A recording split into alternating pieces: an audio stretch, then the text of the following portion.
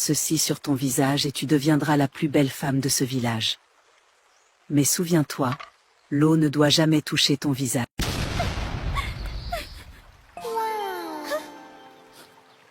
Elle se leva lentement et rentra chez elle sous le clair de lune. Cette nuit-là, Samira ne pouvait pas dormir. Elle posa le bol en bois à côté de son tapis et le regarda fixement. Toutes les quelques minutes, elle le touchait pour s'assurer qu'il était toujours là. Avant l'aube, elle se réveilla et décida d'essayer. Elle se lava soigneusement les mains, puis plongea son doigt dans la poudre et la frotta doucement sur son visage, comme l'avait indiqué la vieille femme. Dès que la poudre toucha sa peau, elle ressentit une brûlure. Elle halota. Ce n'était pas une douleur qui la ferait crier, mais une sensation profonde, comme un feu rampant sous sa peau. Elle voulait l'essuyer, mais l'avertissement de la vieille femme résonna dans sa tête. L'eau ne doit jamais toucher ton visage. Elle endura la brûlure. Après quelques minutes, elle s'arrêta. Son visage était tendu, lisse, étrange. Elle se précipita vers le petit miroir cassé accroché dans sa chambre. Ce qu'elle vit la surprise. Sa peau semblait plus claire. Ses pommettes s'adoucissaient. Ses yeux brillaient. Elle avait changé, pas encore parfaite, mais transformée. Samira se couvrit la bouche, choquée. Elle sourit pour la première fois de sa vie. Elle sourit à son reflet. Elle noua son pagne et se rendit au marché.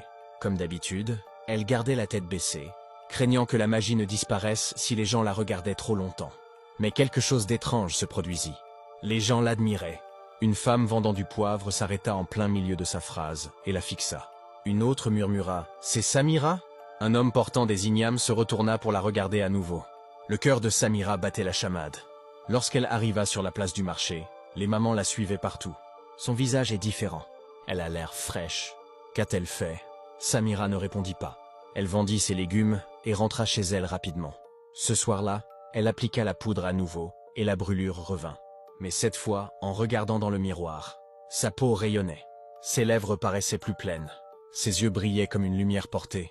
Elle était belle, pas juste la plus belle du village, ni simplement jolie, mais belle au point d'attirer tous les regards. En une semaine, Samira devint le sujet de toutes les conversations. Les hommes passaient devant sa maison sans raison.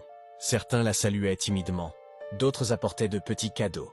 Certains faisaient semblant de demander leur chemin alors qu'ils le connaissaient déjà. Les femmes la regardaient avec jalousie. Les enfants la suivaient en l'appelant « jolie tantille ».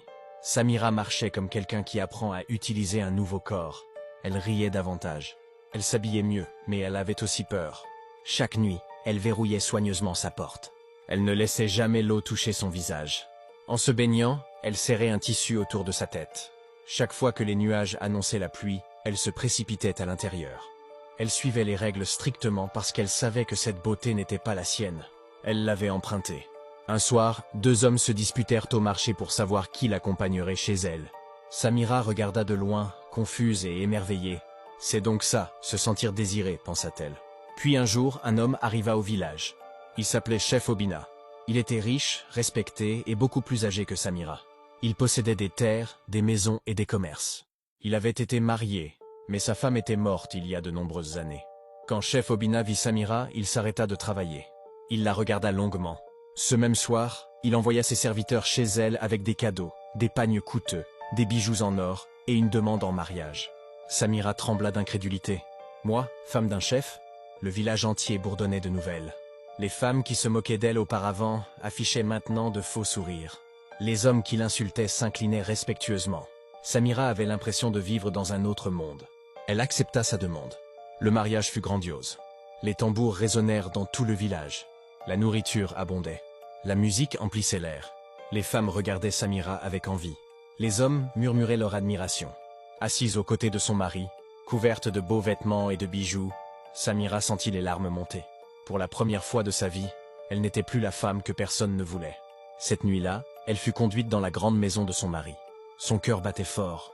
Sa nouvelle vie allait vraiment commencer. Mais le destin l'attendait. Samira entra dans la maison de son mari comme une reine. Le bâtiment était grand, avec des murs peints, des sols brillants et une lumière douce. Les serviteurs bougeaient en silence, s'inclinant à son passage. Tout sentait le luxe, le savon, le parfum, le linge frais. Elle n'avait jamais vécu dans un endroit pareil. Son cœur était plein. C'est ça, la vie quand on est choisi, pensa-t-elle. Chef Obina la traitait avec douceur. Il lui parlait avec respect et fierté, comme s'il montrait au monde un trésor. Cette nuit-là, après la fin des festivités, les serviteurs conduisirent Samira à la chambre. La pièce était grande et magnifiquement décorée. Dans un coin, une baignoire blanche remplie d'eau chaude et de pétales de rose. Le cœur de Samira rata un battement. Sa bouche s'assécha.